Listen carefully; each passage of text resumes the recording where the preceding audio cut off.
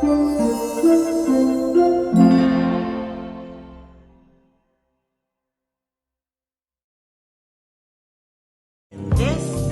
is my journey.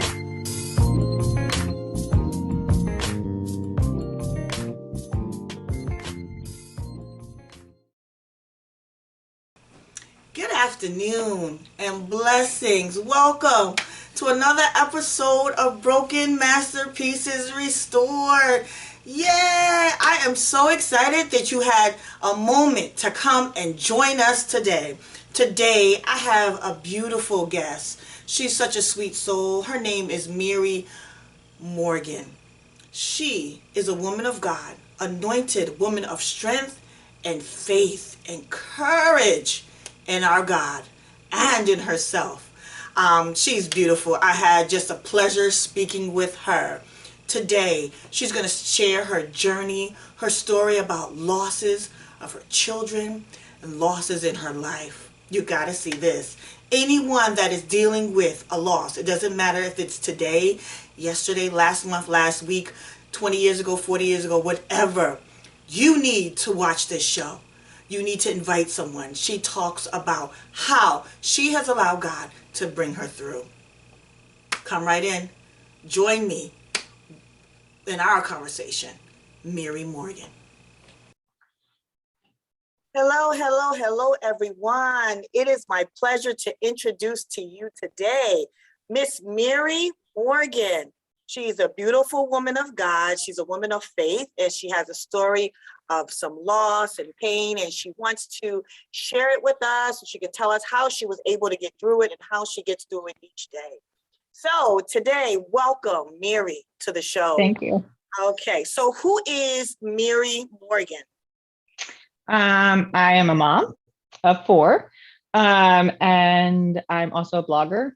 I half watch my kids during the day, half work on my blog, and I've been married to my husband Brendan for 9 years now.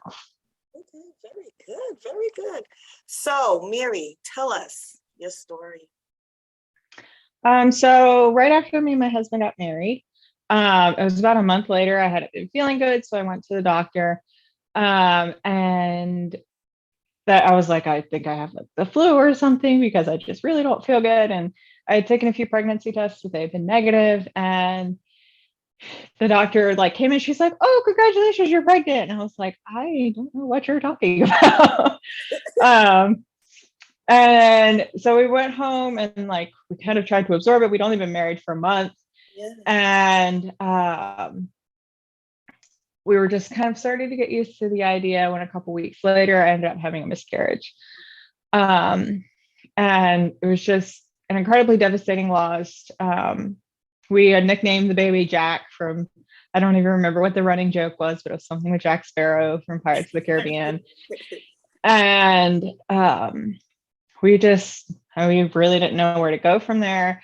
We were just told, oh, miscarriage is common. You'll get over it in a few months. You can try again. You're young. Just all this stuff that just really didn't help. Mm-hmm. And I actually ended up losing one of my best friends at the time because she just thought, oh, you're just not getting over it, which is, an incredibly common misconception. And afterwards, we decided we wanted to try for another baby. And through that, we ended up going through 2.5 years of infertility. And, we had all the testing done, all the doctor's appointments, and they basically just told us, well, we don't know what's wrong with you. All your tests look fine. So at that point, they call it unexplained infertility. And I was in nursing school at the time, which had been my dream since I was a little girl on a mission trip to Honduras. And I had seen this hospital that was just overrun with people just waiting for medical care. And I was about halfway through nursing school when I started feeling really sick again.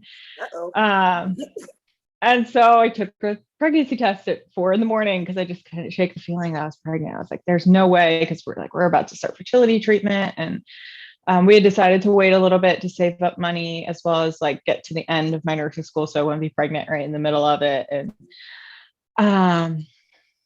I remember I threw the test away, and then somebody told me to go back. So I went back and looked at it, and it was positive, and I was like, oh no. I'm like, didn't even tell my husband. This is before you Uh, started treatment, right? yeah, it Wow. was. So I was due to graduate in December, and this was February. Okay. And so I didn't tell my husband. I freaked out. I told my older sister. Um, and through the, I eventually told him later that day. She was like, "Oh, you could wait for Valentine's Day." I think it was a few days before. I was like, "I can't keep that secret this long." Right? All right, so I told him later that day. We were both incredibly happy. We were trying to figure out how it's going to work because I was going to be due in October, so I'd still have 2 months of nursing school left. And in nursing school, you can't really just take a semester off. You have to keep going. Oh, I know. Uh, I'm a nurse, so I know. oh yeah. So I had seen people in the cohort before me. One of them had a baby, and she was back like 2 days later. And I Yeah. was like, I don't know I how had I'm some going to do classmates this. like that too. Yeah, it's crazy. I Like, actually had an exam. I'm sorry, we had an exam. I remember it uh-huh. every day. We had a major exam. I think it was a midterm. The girl was in labor, literally at the desk doing her stuff, went straight to the hospital after, gave Oh birth my to the God. baby.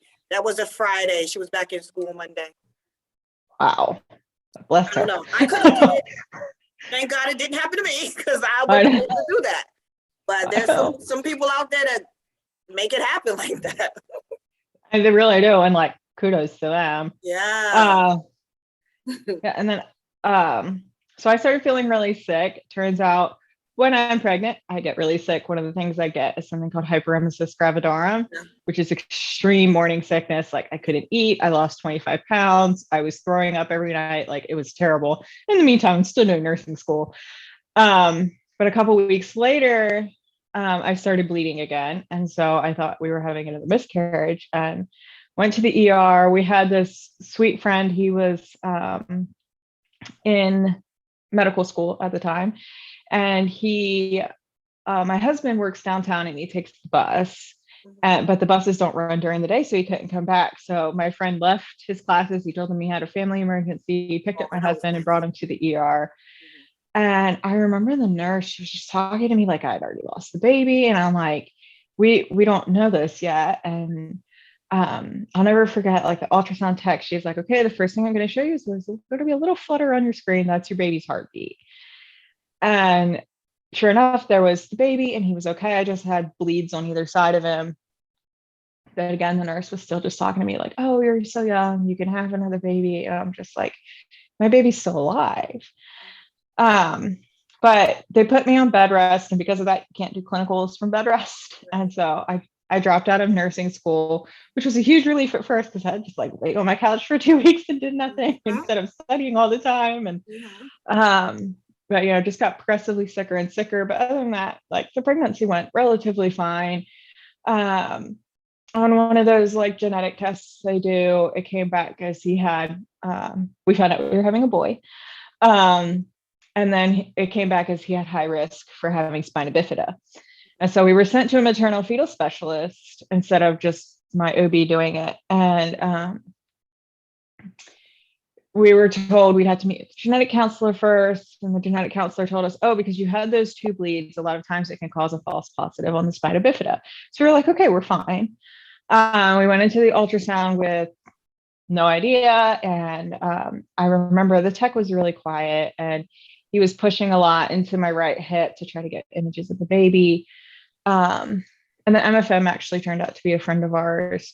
Her husband taught our Sunday school class at the time. And she came in, she just looked at me, she's like, I don't think your baby has any kidneys.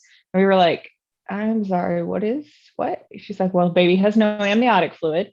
So, when you see an ultrasound, you see all the black. That's the amniotic fluid. And she's like, there's no amniotic fluid around him. I'm going to double check. And she saw something she thought might have been a kidney. It was kidney shaped. And she was like, maybe it is. Maybe you're just having a problem with your placenta. And she sent me home for bed rest for another 2 weeks. And she was like, just drink as much water as you can. She let us text her throughout the week as we had questions since we were friends of hers. And we came back and didn't see whatever they had saw a couple weeks before. And so at 21 weeks, he was confirmed to not have kidneys. And she told us, she was like, for the state of Texas, I can offer you an abortion. We were like, no, we don't want that. And she's like, the only thing we can do is give you comfort care, because without the amniotic fluid, he's not going to swallow fluid and he's not going to develop his lungs. So that's how they develop their lungs. And he's not going to be big enough. He'll be very compressed in growth. And because he won't be big enough and he won't be able to breathe, he can't do dialysis. And it's a condition that occurs like 1 in 30,000, I believe. It's pretty rare, but the fatality rate at that point was almost 100%. We thought it was 100%, but it turned out, as we started telling family and friends, I had one friend who was in like the pre-nursing classes with me. She went on to be a radiologist. As she looked it up, she's like, well, have you ever heard of amnio infusions? I'm like, I have no idea what this is. And so she sent us an article about the first little girl to live without kidneys. And that little girl, I believe, is 8 or 9 now. And her name is Abigail. We're like, we've never heard of this. So we started looking into it, and we called the hospital that did her infusions, and we called the hospital that did her dialysis, as well as there were a couple other hospitals that were doing like clinical trials. And the hospital that had dealt with Abigail, both of them said they wouldn't do it. One of them offered to do dialysis, but they're like, we don't do the infusions. And so it came down to Colorado Children's or Cincinnati Children's. And we live in Texas. Okay. And so we called Colorado Children's and they were full. And we called Cincinnati and they said, we can see you up here for some more testing. So it was a couple of days before our, I think, 4th or 5th wedding anniversary. Actually, I think it was 4th. Trying to do the math. We left for Cincinnati on a one-way ticket. We dropped our dog off with some friends, and we had no idea if we were coming back. And so we started testing on our anniversary. He had an MRI done, an echo of his heart, as well as just a more in-depth ultrasound. And they confirmed that he didn't have any kidneys. They said they saw something on the MRI, which could have been an adrenal gland, which is what sits on top of the kidney, or it could have been a kidney and it just wasn't working, and so he was reabsorbing it. But they saw nothing else majorly wrong with him, and that was their stipulation. So he had to have no other defects, because a lot of these babies will have many other defects. And so they accepted us into the program. And they gave us 2 options. One was serial infusions, which is where they take that long needle that they use for amniocentesis, and they would inject fluid into his amniotic sac once a week. Or I could do something they had developed called an amnio port, which I would need surgery for, but they could do it 3 times a week. And they believed at the time that it was better for prevention of premature labor as well as prevention of infection. I don't think they believe that anymore. I don't think they use it anymore. So I had surgery done. They placed a port up here on my rib cage, tunneled it down to my uterus, and 3 times a week they would fill him up with fluid, and we called them his bubble baths, because you could see the little air bubbles coming in. And he loved it. He loved it. Yeah, you see how he would react on the ultrasound. Oh yeah, so they always did it under ultrasound guidance to make sure the fluid was going in, not going somewhere else. And like you could see him, he'd just open his mouth, he'd start flailing around because he was always out of fluid every time. And it was just so fun to see. And we got to see him 3 times a week and got to watch him grow. And he was getting bigger, his lungs were getting better. You could see him practicing breathing. And the whole time I was on bed rest, because every time, like if I would get up even to go to the bathroom, my body would be like, we're going into labor. I'd be like, no. Wow. So it was a very long 9 weeks. We had no idea what would happen. I mean, they walked us through the process of, okay, if he has to be a pulmonary survivor first, and then if he's a pulmonary survivor, we'll do the surgery to insert the dialysis catheters. And then if he does that, you have to get to this certain dialysis point for him to go home. And then, it has to be 2 years old to get his transplant. And so there was just a lot that was up in the air. And they wanted him to get to 32 weeks, and I got to 32, and they were like, okay, we're not really sure what to do with you now, because no one has got this far. And so she's like, I'm going to go like brush up on some manuals and stuff and see if I can figure out what to do with you. And then my water broke a couple of days later, made that decision for them. So I was in the hospital another 5 days. So all in all, I think with him, I was in the hospital a little over 2 weeks, just combined. And they tried to stop the labor as long as they could, gave me steroid shots to help his lungs. And then the day they took me off the medication to stop my labor, everything was fine and quiet for a couple hours. They were even like, okay, you can eat.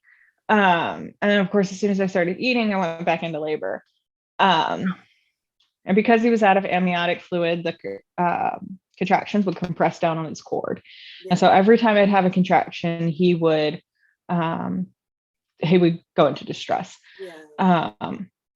And he was also breech, and I was progressing really fast. So they went and they did like a crash C-section, which is the worst thing in the world.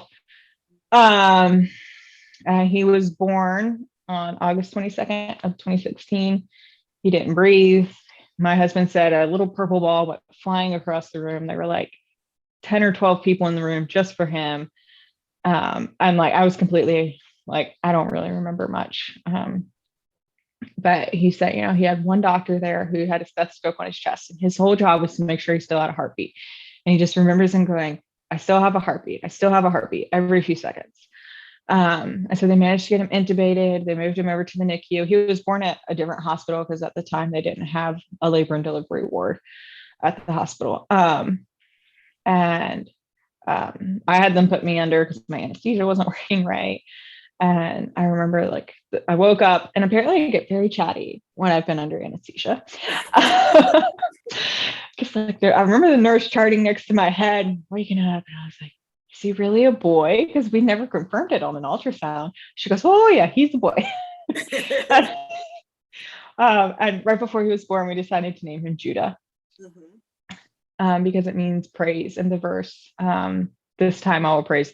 She named him Judah and said, this time I will praise the Lord. And I had decided, like when I was pregnant, like, you know, no matter what happens, this time we'll praise the Lord. This was my miscarriage. I had been so angry with God, and so just, you know, very angry, and didn't understand why it had happened. And so I decided no matter what.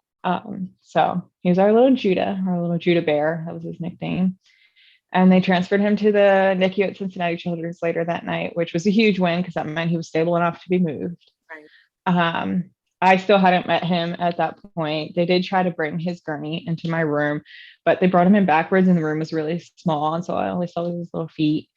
And they took him over to Cincinnati Children's, and we talked to some of the doctors and nurses later, and they said, well, we remember that night he came in. They were like, that baby's going to die. He is so sick, that baby is going to die. And they said they threw everything in the kitchen sink at him. One of the things a lack of kidney causes is huge problems with your blood pressure. And so his blood pressure was in the toilet all night long. It was so low. And they just kept going, basically, I don't know how he's still alive. Which we attribute to two things. It's just how much of a fighter Judah was, and that God needed this little miracle baby. And so we, they got him that. And then at 3 days old, they called us as we were packing up in the hospital, getting ready to be discharged and go over and see him. I'd seen him the day after he was born. And they called us for permission to place his dialysis catheters. I remember, my husband giving permission, and then the both of us just like crying in our hospital room because we had no idea, because that meant, okay, he's a survivor. Even though he's intubated, he's a pulmonary survivor. And they had to do his surgery bedside because he could not be moved. And then I believe he was, I'm not sure, 8 or 9 days old, and they brought us back and they told us nothing's working. Like, we can't get him on dialysis. His blood pressure's too low. His one catheter is leaking. The other catheter, it'll probably kill him if we try it again. But they gave us the option. They also said they've been pulling blood out of his breathing tube, and they were like, he could hemorrhage in his lungs. And I mean, we were staying across the street at around McDonald House, and they're like, you could probably not get here in time. It would maybe take us max 5 to 10 minutes to get over there. And so they were like, you have a choice. You can choose to stop now, or you can keep going. And we were like, we're going to keep going. And they're like, okay, we'll go set up dialysis for later this afternoon. And The plan originally was to run it for 4 hours. And at that point, he had come down off his blood pressure medication just enough to where they were able to bump it back up. He didn't even blink. And they ran dialysis for 12 hours. I remember sitting at his bedside until 1 a.m, so tired with just watching the dialysis work and watching it work. And that's where he just turned a corner. And he at 3 weeks old was at the vent settings that he could come off the vent. He just wasn't like physically strong enough to stay off. So he was off for about 5 hours when he was 3 weeks old, which was amazing for a baby who was never supposed to breathe. And then I think it was right after Halloween. So I remember dressing him up for Halloween, and then not long afterwards, they extubated him. They took his breathing tube out again, and he stayed off except for when he got really sick or surgeries or stuff. And things just started going really well at that point. And they started talking about transferring him back to a hospital here in Texas. There's one here that Cincinnati, and this hospital, which I don't name, just for, I don't want to get right. a libel suit slammed on me, but I got they switch places at like number 2 and 3 in the country. And like they're like, it's an incredible hospital. Their head of nephrology used to work here. Like he would be totally safe to get transferred there. And it's a decision I regret, but one I think was still the right one because just of how it worked out. Because our insurance was like, we will not cover the transfer. So he had to be flown because he was still hospitalized. They're like, we will not cover the transfer from Cincinnati to Texas. There is zero reason. He'd be going from one level NICU to the same level NICU. Like there's no medical reason to transfer him. And so we were like, okay, we'll just stay here. And I think it was like Thanksgiving Day, a random Facebook ad popped up for a charity. And like, I hadn't Googled this or anything, so I don't know how they knew. But for a charity that flies people in medical crisis from one place back home. So like if a mom had a preemie on vacation, like they'd fly that preemie back home so they could be closer to home. And so we applied with them. They were like, well, we don't really have any spots right now. They only do so many flights a month. They're like, we'll let you know if something opens up. And then maybe like a week or two later, they called us and they said, one person dropped out. We have a flight open for you. Wow. And that's like, to this day, the only thing that like comforts me to know, like, I think this was the right thing to do because we were told, no. And then all of a sudden, all the doors just kind of opened. And right. So we still had to wait for a bed to open up at this other hospital. And once it did, we flew him home. He was just shy of 4 months old. It was right before Christmas. Wow, he lived way longer than anyone expected. Wow. Yeah, I mean, he was supposed to fighting. Oh yeah. And he was incredibly happy little boy. He loved to smile. He loved to be with us. He loved to be held. Like, and this was like right after his transfer, is like after we just had this big crisis with this dialysis catheter and like being sick and like everything just kind of like fell into place. And we transferred him home to Texas. And I went by myself. My husband packed up our car and drove back down. He wasn't back until the next day. And we just noticed a significant drop in his care right afterwards. Like it just was not the same. And we would argue with them, hey, you need to do this. And they're like, I'm not going to do that. Like with his dialysis catheter, it was leaking around the site. And so they were having to change the dressing about every 30 minutes. And we had learned while we were at Cincinnati Children's, this is a sterile dressing, no matter what. And we were like, you need to put a sterile dressing on that. And the nurse was like, I'm not going to do that because I have to change it again in 30 minutes. Oh, wow. Or like, and he ended up getting peritonitis from that and it almost killed him. And then from that, we got moved from the NICU to the PICU because he got a little more complicated than the NICU nurses could handle. And the PICU, his level of care went down even further. We had him at one point, he was in a room with 2 kids on contact precautions in a room meant for only 2 kids. So he was the 3rd kid in there. And the nurses weren't wearing PPE in between the patients. And we have been told so many times, oh, he can get sick so easily. I'm like, why is he in here? Right. They were like, oh, you're just trying to get a private room. I'm like, I don't care. Like, I just want him. I was like, move him to any other room with other kids that aren't on contact precautions, that aren't contagious. Like, and they were like, well, the CDC says he only has to be 100 yards away. So we'll put up a partition and just remind your nurse to wear PPE. I'm like, this is not my job. Like, why do I have to remind my nurse? And it was just stuff like that. A few weeks before he passed away, he started projectile vomiting all the time.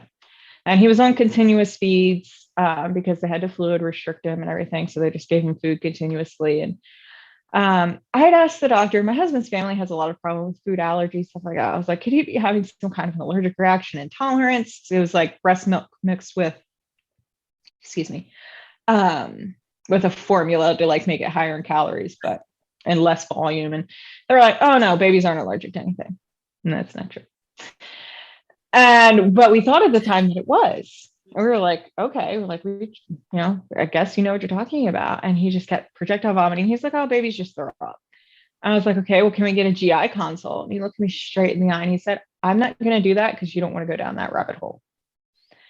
Versus at Cincinnati Children's, the first time he would like throw up other than a baby spit up, they would call GI. Like it wasn't even a question. And so we just like accepted that because we didn't know, and we thought that they were doing what was best for him. And a couple weeks later, he's just continually projectile vomiting. We would call in the mornings because I wouldn't be able to go till the afternoons. I'd have to do stuff around the house in the mornings. And that day I was making some freezer meals and having lunch with a friend, which I infinitely regret. And I called the nurse in the morning just to check to see how he was doing. She's like, he looks really dehydrated. She's like, I'm trying to get nephrology to come down here and look at him to give him a fluid bolus, but they won't come because they said his chart looks fine. He doesn't look dehydrated in his chart, which you can't chart throw up because there's no way to measure it. And I spent so much time on the phone with the nurse. We were trying to come up with ways to get nephrology to come look at him, and they just would not. And right before I came in, I guess they finally come and approve the fluid bolus, or I don't even know if they actually came.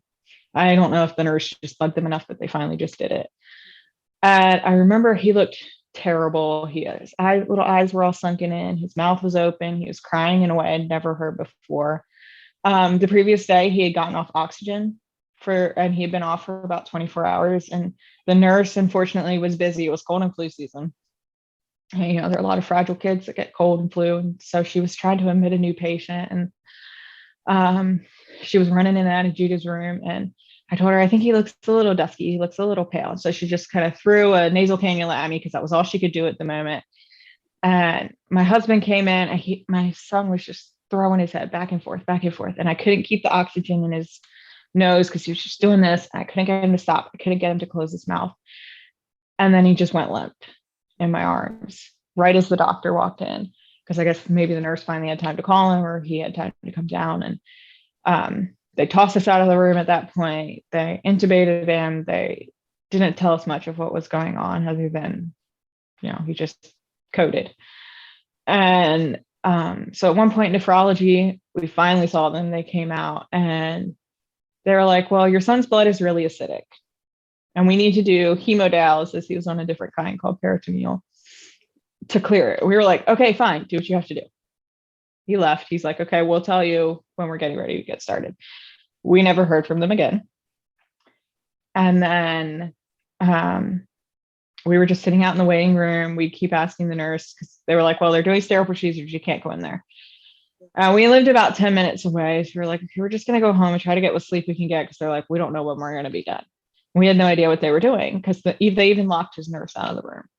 Wow. And we kept calling every 30 minutes. And the nurse kept telling us just by what she could see on his monitor, she's like, he looks okay. He looks okay.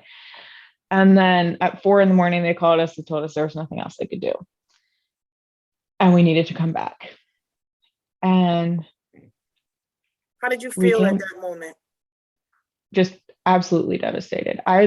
We have been putting together his nursery because we've been told he was coming home in a few months. And I remember I had just been laying on the floor in his nursery all night long, just tossing, turning, crying, screaming for God to make it okay. And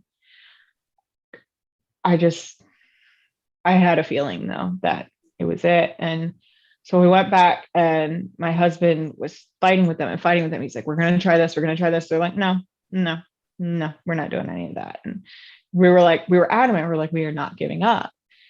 And I remember at one point someone came by and they put because at this point he was back in a private room, and they put a sign up on his door, and it was just a sign with a heart on it. And I knew that that probably meant they were signaling to other people around him, hey, this baby's dying. And I wanted to scream at them to take it off, because they were just giving up. And like we had found out that they had done nothing all night long except try to get a line in his artery to take his blood pressure. That is all they had done all night long. They had done nothing else to try to save him. And we were just livid. And we called a couple friends of ours who have been really close with us during our journey because we don't have family here, and asked them to come by. One couple had actually lost their baby to a similar condition just a month and a half before. And they were like, whatever you want to do for him, like, you need to start checking it off, basically. So my one big thing was I didn't want him to die in a hospital. I'm like, I wanted to take him home. They're like, well, we can't move him. And the NICU has a garden outside. And we were like, okay, can we go out there? And they were like, he'll die if we do that. I'm like, I do not care. Like, we're going to do this anyway. And so we kind of made this parade from the PICU to the NICU out to the garden. And our friends who had lost the baby a few months before, he's a worship pastor at a church here. And we asked him to bring his guitar, and we just sang worship songs over him. It was just like the one thing I could think I could do. I remembered like hearing a story about it once, and I'm like, that is what I want to do. Like in that moment, I was like, that is what I want to do. And we were out there, and oh my gosh, like he just looked incredible. He looked so beautiful out in the sunshine. And at that point he was pretty non-responsive, but you could tell he just loved being out there, loved being held. We had yet to put him down since we had come back. Nobody put him down. And there wasn't someone like not touching him for the entire time before he passed away. And our friends were out there with us. We put our families up on FaceTime, and I don't know how long we were out there. It was a couple hours probably. And he did not die. He just kind of slept, and he was totally fine. And we came back inside. He was really hot after that. I'm guessing he just couldn't control his blood temperature or body temperature anymore. And we had to meet a dog. We wanted him to meet our dog, but they're like, no, you can't bring your dog in here because he's not a service dog. And so the hospital has a therapy dog. So they brought the therapy dog by, and we let him taste chocolate. We wanted him to have flowers. That was my husband's thing. He wanted him to smell flowers. He was so excited for like one day being able to take him outside and show him and smell all these things that, he never could. And at one point, our friends who had lost their baby had to go home for the night. The husband had to work the next day, but our other friends stayed as long as they could. We let our one friend Kelsey hold him for a few hours. She's like, you guys need to sleep. So she's like, I'll hold him so he doesn't have to be put down. And she held him for a couple of hours. And like to this day, she always thanks me. She's like, that was one of the most like beautiful experiences, just getting to hold your sweet baby for just a couple of hours. And the night nurse came on, and she was someone who'd had Judah before, we really liked. And she took his crib out, and she brought in like a regular patient bed so we could all lay down in the bed together. And and she put him down on the bed, and I slept with my hand on him the entire night. It was only like 4 hours. In the garden? No, so this was we gone back inside. Okay. And I remember just the first time since we had gotten his diagnosis, I slept. And it was the first time we had slept together as a family, and the last time. And I remember very vaguely someone coming in the morning saying something about his labs. And we just went back to sleep. And then they came in and they woke us up again because I guess they had run some repeat labs, and they told us his liver is failing. And we're like, okay, so what are we looking at if we decide to keep him on life support? And they're like, well, he's probably going to start bleeding internally, and he's probably going to start having seizures without his liver. And so we were like, it's not really something we want to do to him. And so we chose to take him off life support that day. We asked for them to wait for our friends to get there. The one guy the worship leader, he couldn't be there because he had to be at work, but his wife came, and our other friends came, and That was the We, best decision in the worst situation. It yeah, was I a mean, bad, I mean, he would have suffered, you know, yeah, I devastating. mean, it wasn't fair to him Right. at that point, like just to make him suffer so we could have more time. And they brought over a nurse from their labor and delivery so we could do kangaroo care with him, which he always loved. And um, my husband, we had been reading him The Lion, the Witch, and the Wardrobe, and it was one of both of our favorite books as a kid. And I mean, we never finished The Lion, the Witch, and the Wardrobe, but my husband's like, I want to read him the last chapter of The Last Battle, because that is where it's like their description of going to heaven. And he read in that, and we took the breathing tube out not long after. And I just remember him taking this huge, long, deep breath and just feeling like just how much he still wanted to fight. And looking at the nurse next to me, just telling me, help him, help him, help him. And I wanted her to put the breathing tube back in. I wanted her to help him breathe. And obviously that wasn't what was best for him. And so they started giving him more medication to try to get him to give up. And he didn't want to. He hung on for another 30 minutes. Wow. While I just Boy. sang. Yeah, he was incredible. Yeah. Well, I just sang to him, and I sang him the same song over and over again because I couldn't think of anything else. I still cannot to this day sing that song. Until you sing it here. Yeah. And you're doing good. You're doing good. We had him turn off the monitors in his room. I was like, I don't want to know. Yeah. And then I started to feel him get kind of heavy and cold. And that was when the doctor came in and called his time of death. So he passed away on February 25th of 2017, just a few days after he turned 6 months old. And, after that, it's kind of a blur. I don't remember having eaten in that period of time or drank anything. They offered to let us give him a bath, and I didn't want to. I just didn't want to see him like all unwrapped the way he was. And so our sweet friend, her name is Kelly. She had lost her baby Jude a month and a half before. She stayed with him. She's like, I'll give him a bath. I'll get him all dressed for you. Just tell me what you want him to wear.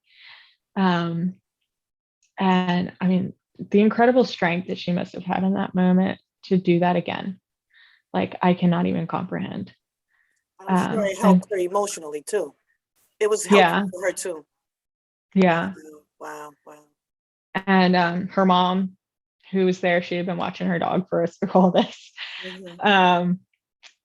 She came and she took us, and she's like, took us out to the Starbucks that they have on the labor and delivery floor. And she was like, you need to eat something. Yeah. And somehow I managed to eat something. And then Kelly texted her mom when Judah was ready and brought us back. And we went and saw him one last time and just held him for a while. And I remembered looking at him and thinking, this doesn't look like Judah. And telling Kelly about it. And Kelly said, we thought the same thing about Jude. And just after he passed away, we're like, this does not look like Jude. And she said, well, we were thinking about it. She said, the conclusion that we came to was because Jude no longer had his soul. That wasn't Jude anymore. She's like, so this is not Judah anymore.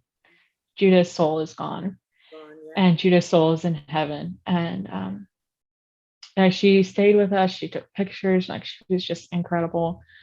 Because that's just a shell. That's just a shell. Body is just a shell. Yeah. Yeah. And like the one thing she told us, she's like, the Bible verse that helped us the most. And I'm going to get this like totally wrong, and I don't even know where in the Bible it is. But okay. It was after David's son had died. David and Bathsheba's son had died, and David had been in like wearing the sackcloth and ashes and mourning. And when they came and told him that his son had died, he cleaned himself up and he was like stopped mourning, stopped asking God. And they're like, why are you doing this? And he said, because I can no longer go to, or he can no longer come to me, but I can go to him. And just that, like in that moment, just like, in that moment, she planted that seed of hope of what I do now, of like, Judah can no longer come to me, and Jack can no longer come to me, but I can go to him.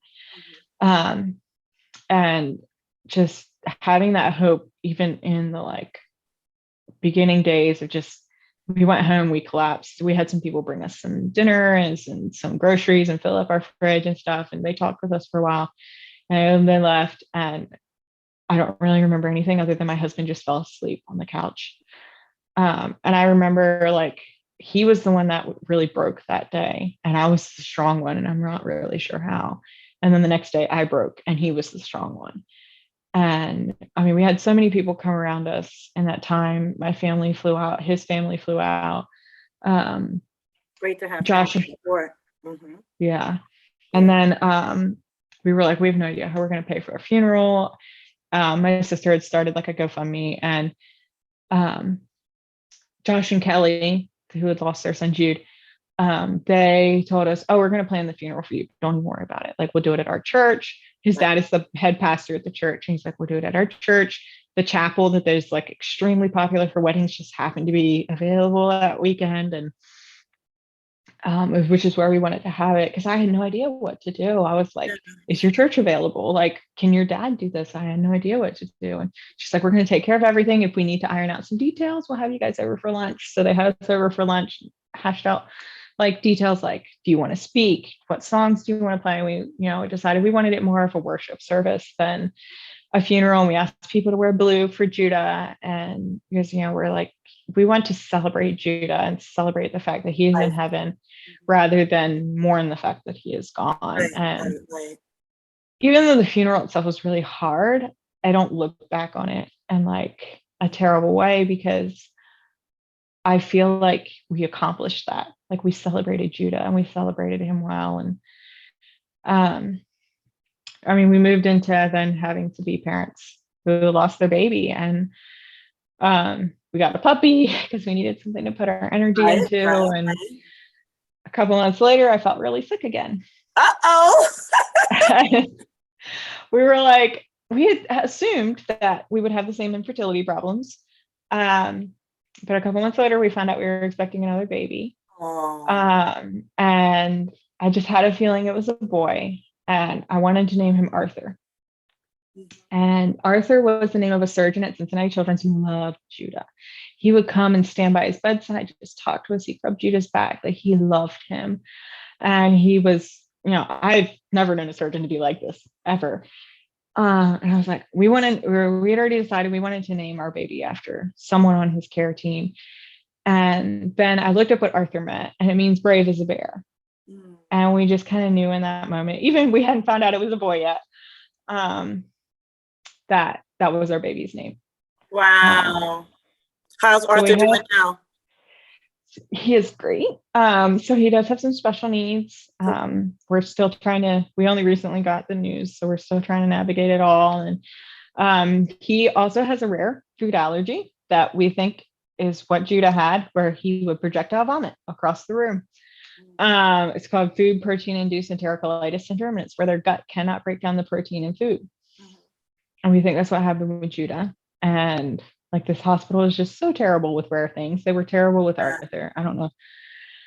And just kept telling me, oh, he just has reflux. I'm like, I'm on the couch and he's vomiting to the other side of the room. Like, this is not reflux. That's crazy. Yeah. What would you tell a mom that has gone through a loss of their child? What would you tell them to encourage them to have faith and stay strong and continue to heal? What would you tell someone, something positive from your heart? That there is hope. The biggest thing for me, and I think the only reason I have not given in so many times like I've wanted to, is because there's hope.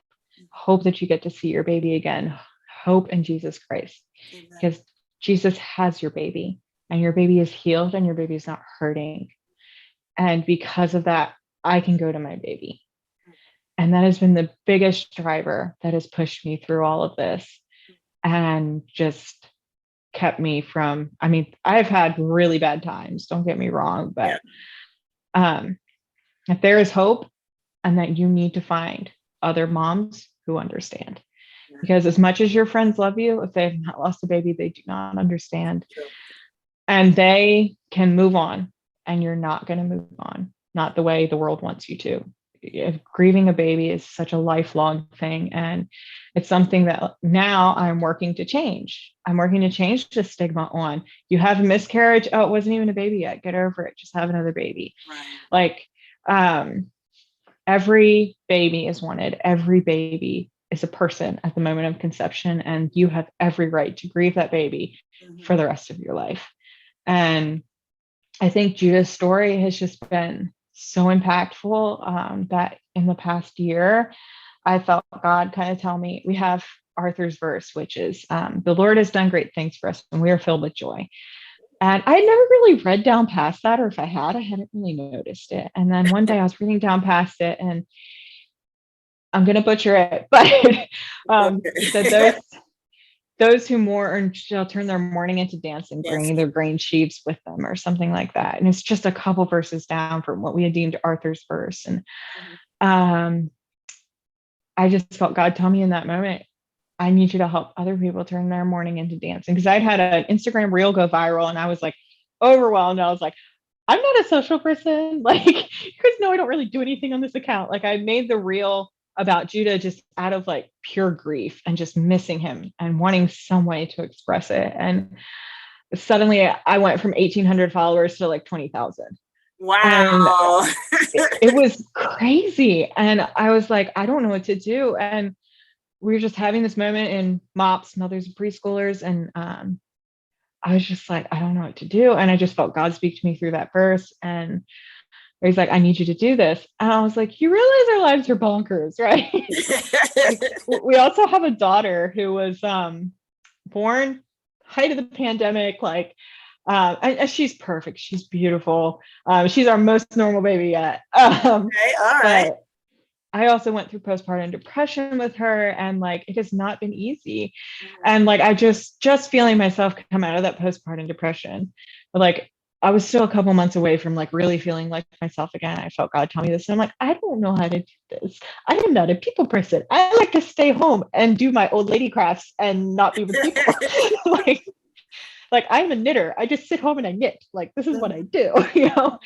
And I just felt God like telling me, you got to step out of that. And I just kept growing and growing and growing until like 25K. And I was just like, suddenly I was just a leader, and there were all these eyes on me. And I just started speaking from my heart, things that people don't necessarily want you to share. Because when we had lost Judah, like with our miscarriage, I didn't tell anybody really, except for the people who had known I was pregnant. And like, I felt I was destroyed on the inside from keeping it to myself. And when Judah died, like, his journey had been very public. My sister had started like a Facebook page for him because we've been getting texts and emails, and like, we were having so much trouble keeping up with everything. And she was like, here, just post it here. I'll even do it if you want me to. Like, you don't have to do it. And so we would post a daily update on Judah. And like, that was already so public. And I'm like, I can't just crawl back. I'm like, I mean, it did for a while because I needed space, but like, I was like, I have to talk about this. This isn't something I can keep to myself anymore. And like, so I just started being open and honest. And like, oh, my Instagram, I've been accused of being sad all the time on my Instagram. Like, you need to buck up for your living kids. And I'm like, you're kind of missing the point of my account. The point of my account is not. You're being raw. Like, you want people to see so that people can heal and do better. I mean, have you ever heard of, have you ever come to this understanding? If you haven't, let me share it with you. We go through, not for us, we go through to help other people. When we go through difficulties and struggles and traumas and loss, it's really to help somebody else. So you're doing exactly what God wants you to do. You know, you can tell your story of trauma, of loss of a child, and offer healing. You know, by being transparent and open and being down to earth, it's saying to someone, listen, I've been there, I am there, and this is how I go throughout my day. You know, somebody is waiting to hear your story. The world is waiting to hear your story. It is a sad story, yes, but you are strong. You are a woman of faith, and God has brought you through. And I just want to let you know that you got 6 months with that little baby boy, that precious baby angel of yours, 6 months. And you're able to share your entire story of that 6 months with somebody else? I mean, you don't know, because people don't talk about miscarriages, like you said. You don't even know if I had a miscarriage. You don't even know if I've gone through something. But Yeah. your story is helping so many people. So I'm glad that you have been obedient to God and willing to open your heart and share. Yeah. This is amazing. You know, it's definitely not easy, but I've gotten like, I get negative comments all the time. It's the internet. People are horrible on the internet. Comments. But like, for every message like that, I get 5 telling me, you have helped me heal. Especially, I was really surprised from like older ladies who said their loss was 30, 40, 50 years ago. Exactly. And they were like, I finally feel like I can heal from this. I can talk about it. Because before I was not allowed to talk about it. And like, when I started out, I, was aiming at like a person like me who's 20s, 30s, like just lost their baby. I was not expecting that. And like, just the amount of just like, thank you so much for this. Or like, even people that like, they're going through a different hard time, that they're like, the way you talk about hope and the way you just are so real and so raw, it makes me feel freer, and it helps me to heal. And like, for me, every minute of Judah's life was worth that. And I mean, I really wish he was still here, like with babies that don't have kidneys or have damaged kidneys and don't work. They're starting to make huge progress. Because I mean, he was 6 years ago. They're starting to make huge progress. I know of 3 babies that have gotten a transplant in the last year, which is just huge. It's more than double the number. And I mean, it's still something that's very like, doctors won't touch it with a 10-foot pole, and you have to find the right doctor. But like, and I wish it was Judah. And that part is really hard, because I wish I had been the first one. He would have been the first boy to get a transplant. He was the first boy to survive. There were 2 little girls at the time, and I wish that had been him. You are so strong. Now, like, he is healed. He is not in pain anymore. And he has given me, like, I had no idea what I wanted to do with my life other than being a nurse. But now look at like, you done opened up a whole platform for you. I know. I feel like so weird. I'm like, okay, so now I'm like a blogger and kind of like an Instagram influencer type of thing, but I don't really know what it's called, because I'm not like telling people to buy products. Yeah. So I'm like, it's been such a weird and wild ride, and it hasn't even been a year. And God is just like taking me through so much. And like, there's a ministry called Hope Mommies, which I highly recommend. They minister to women who have gone through miscarriage, stillbirth, and infant loss. I think up to 2 years old is their ministry. But double check me on that one. Is that something online? Yes, hopemommies.org. Okay. And they are incredible. They were started by another mom who lost her baby, Gwendolyn Hope. And they're called Hope Babies because we have a hope of seeing them again. And they host a retreat every year. And I actually got to go this past year, and I almost didn't go because I was so terrified of leaving my daughter for the first time. And it turns out they break you up into small groups. There was a girl in my small group who had found my Instagram but didn't realize it was me, because I don't put my face on there a lot. I do a lot of like graphics and artwork because I don't want it to be about me.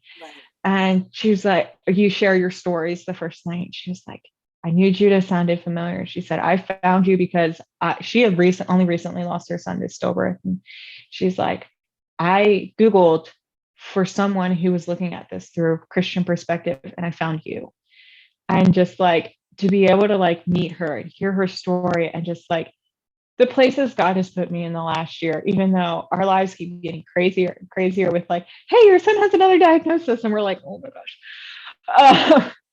But I'm like, we're in the thick of that right now. Like, we only got told a week ago, maybe, that he has another potential diagnosis that we're trying to figure out. And I mean, I've had to step back and come back and step back, but it's always there. And like, it's always growing. And it's nothing that I'm doing. Like, I'm not an Instagram guru. I don't know the first thing about it, honestly. I just post. Like, and I try to learn as much as I can with the time that I have, which is not a lot. But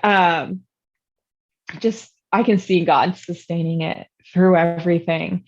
And I had another reel go viral recently. And so I've had a lot more, I think there's like 6K more people at this point. And wow.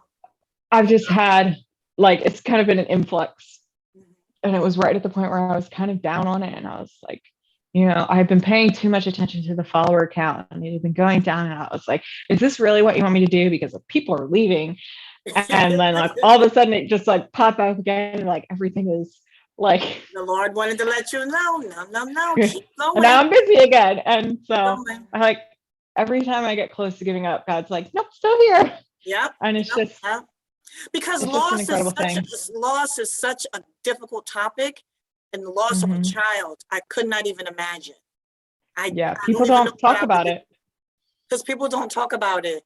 So I'm so glad that you were willing and able, excuse me, to open up your heart, open up your life for people to see. Because like you said, there are people that have been holding it for 20, 30, 40 years. Yeah. Sometimes, I mean, I remember working in a nursing home and the patient was in her 90s and her children never knew that she had a child before them that she had lost. And she told me that story and I didn't even know how to react because, it wasn't something I was it's hard ready to know. hear. And she just started talking and she goes, do you think I'm forgiven? And I said, yes. And she said, about a week later, she died. So you don't know how long so hard. holding things, So I especially like with your openness. With stillbirth, with miscarriage, with even just the loss of your baby, so many people think it is my fault.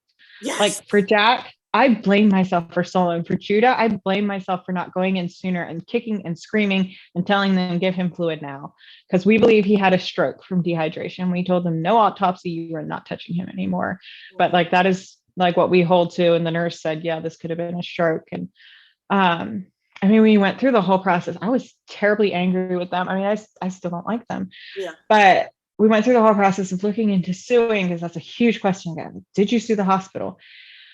And we thought about it for a while. My husband really didn't want to do it. I was like, they did these horrible things to our son and he died because of them. And we started looking into it. We have a friend who's a lawyer. So he turned us on to like a personal injury lawyer. And I remember just while we're going through it, God provided two things. One was he brought back to my memory the doctor that called my son's time of death, the doctor that was the one who told me he wasn't going to order the GI consult and who was the most to blame. After he had passed away, he told me he wanted to tell us that having seen Judah out in the garden and singing worship songs over him was one of the most beautiful things he had ever seen. Yeah, I hope you took videos and pictures and stuff. Oh yeah, we have tons. There are things that I have a really hard time looking at, but we have a ton of them. And I just heard God telling me, you can't take that away from him, because he would be one of the main doctors named in the suit. And like, we did this beautiful thing and then we're going to turn around and just slam him with all this. And then at the same time, there was another mom, her baby had been at a different hospital. And this was like a clear case of negligence. Like she had every right to go after the hospital because he died because they didn't act. But he didn't have kidneys either. And I was talking to her because she was further along and pursuing a lawsuit. And I just remember just hearing how angry she was and that this was going to be a 2-year process. I'm like, she's going to be angry all this time. And I don't want that. I don't want to be just angry all the time. I mean, I had a small baby at the time and I was just like, this is not what I want for my life. And I know this is not what God wants us to do. And so we chose to let it go. We only had 2 years to bring the suit. And so 2 years passed, 4 years, 3 years ago. And that was the right thing to do. That was the right thing to go. As you were talking, I just heard the Spirit of the Lord say, let it go. Mm-hmm. So that was. And I mean, I'm still angry with them, but I probably will be for the rest of my life because they did things they should not have done. Understandable. Definitely. But at the end, we let it go because it was not what was best for our message that we have crafted around Judah's life. And that Judah showed us. Judah was incredible. And he showed us just all he needed was to be able to see us, be held by us, and have something to look at. And he was the happiest boy in the world. Like he exuded Paul's joy beyond your circumstances. Like he was incredible. And, I didn't want his legacy to be dragging it through court and, suing the hospital. And then I wanted it to be something else. And so we started with like counseling other families who were looking at the Nice. same diagnosis, and it's just kind of morphed into this. And I mean, it has been more than I ever could have imagined for this little introvert. Well, who, girlfriend, you are doing exactly what God wants you to do. You're in the right spot. You're doing exactly what your purpose is. You really are. Unfortunately, it was in a it came out of your loss, yeah, but there's a whole lot of people that need to hear you. And yeah, God has aligned you to touch hearts. Amazing, amazing, yeah. amazing, amazing, amazing. Is that little Judah back there? Yes, this is Judah. So this Oh, is a drawing I had done for my husband for Christmas one year of what he might have looked like oh, without all his tubes and everything. oh, Um, precious. and like it's really funny because it looks exactly like our daughter. And this was done way before we had our daughter. Our daughter looks exactly like him. She has his sweet little personality. She's a lot more sassy than he is. uh, Girls yeah, are, that's period. Girls are sassy, she's period. she's a little sass bucket. Like, oh my goodness, Sass bucket. she's me in Yeah, a tinier body. And yeah, I was yeah, incredibly sassy when I was younger, so this is gonna be yeah, fun. yeah. And he's Beautiful right back family. there too. Yeah, Um, okay. I Beautiful have a family. friend. I have a friend. She does. I'm working on putting all this up on my website. I just have to have the time. Yeah. But she creates prints, faith-based prints for families who have lost babies and children. And she made this one for me and Judah, and then this one's Jack. It has his birth flower on it.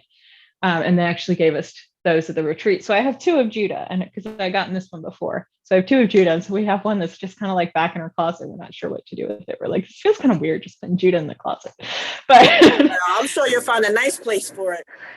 we think we're trying to. I'm trying to redo our living room, and I think I'm going to put it out there. But there are so many incredible moms. Like I've created just an Instagram, a just community of people that live all over the U.S. I think a couple might even be in the U.K. Wow. Of just like, and it's been incredible to me just like how worldwide my followers are. Like if you go in and you look, it's like UK, India, like all over the place. Those are like the big ones, other two big countries. And um it's just been incredible to just watch God bring us the community together that we've been looking for so long. I mean, it would be really nice if they were here, but they're not. But just having that place to turn to and having that community of support. And if you're a lost parent, even if you don't want to share your story, just Instagram is an incredible place to start, because there are other moms there who just share their souls and share their hearts and will come alongside you and support you through Yeah. everything. Yeah. It is incredible. Yeah. Okay. So we will stop right there. Oh my goodness. Thank you so much, Of Miri course. Morgan, for sharing your story of loss and healing and your story of faith in God that brought you through and that continues to bring you and your family through. I appreciate you. I pray that God continue to bless you and keep you. I pray that you have no lack in your life and your marriage remains strong and even stronger. I pray that the faith that you have in God increases and the love continues in your family. And I pray that God open up more doors for you, open up more windows for you, that you'll be able to speak to other women and other parents and help them through healing of their loss of their child. I pray that God continue to favor you upon favor and blessings upon blessings in Jesus' name. Amen. Thank you so much for sharing with us. God bless. So I wanted to real quick. Okay. I do have a website, or Okay. I blog periodically. Okay. And it's the same as my Instagram. It's Broken Beautiful Mamahood, because I felt God tell me that even though our mamahood is broken, he can still make it beautiful. So brokenbeautifulmamahood.com. I have, especially if you're facing, I have a whole page of resources there for parents going through a diagnosis with their baby's kidneys, of just places you can turn. And I'm just more than happy to talk to them. I have a grief resources page. It's a little bare right now, but I'm working on putting it up. And then every once in a while, I blog as well. And the biggest one I point people to is I wrote a blog post a little while back of ways to help someone going through a loss, because I know that is the hardest thing. I've had people message me like, my friend just lost her baby. Do you think this would be okay? And I really appreciate those, because I love seeing you just trying to reach out and making sure you're doing it in a way that's not going to hurt her. And so I always say, oh yeah, this will be okay, or maybe you should shift it to this. But just as well as like just tangible things you can do, because it's actually the opposite of what you think you should do. Like people think, oh, we don't talk about the baby, we don't make them cry, we leave them alone, they'll move on in a couple of months. Like we just basically kind of tuck that back as like something you just don't talk about. And it's actually the opposite. And so that's my biggest, I guess, thing that I like to talk about, because we don't have people here other than our friends Josh and Kelly, who live an hour away, so we don't see them much, who have lost babies. And like we've had these things happen to us where they just kind of don't get it right, and they don't need to. They think they're helping, but there's just like it's actually the opposite of what you think. So that would be my biggest plug of a place to start, is with that post, as well as just following other lost moms and seeing how they talk about it, and seeing what actually helps them, because it's not actually what you think. Yeah. Okay. Thank you so much. Thank you so much for sharing your story with us.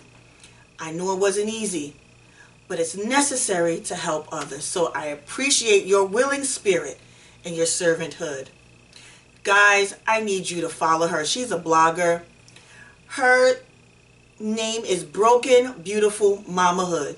It's on Instagram. She has a website. Follow her. She has great encouraging words, messages. She's real. She talks about her day-to-day life and how she actually gets through.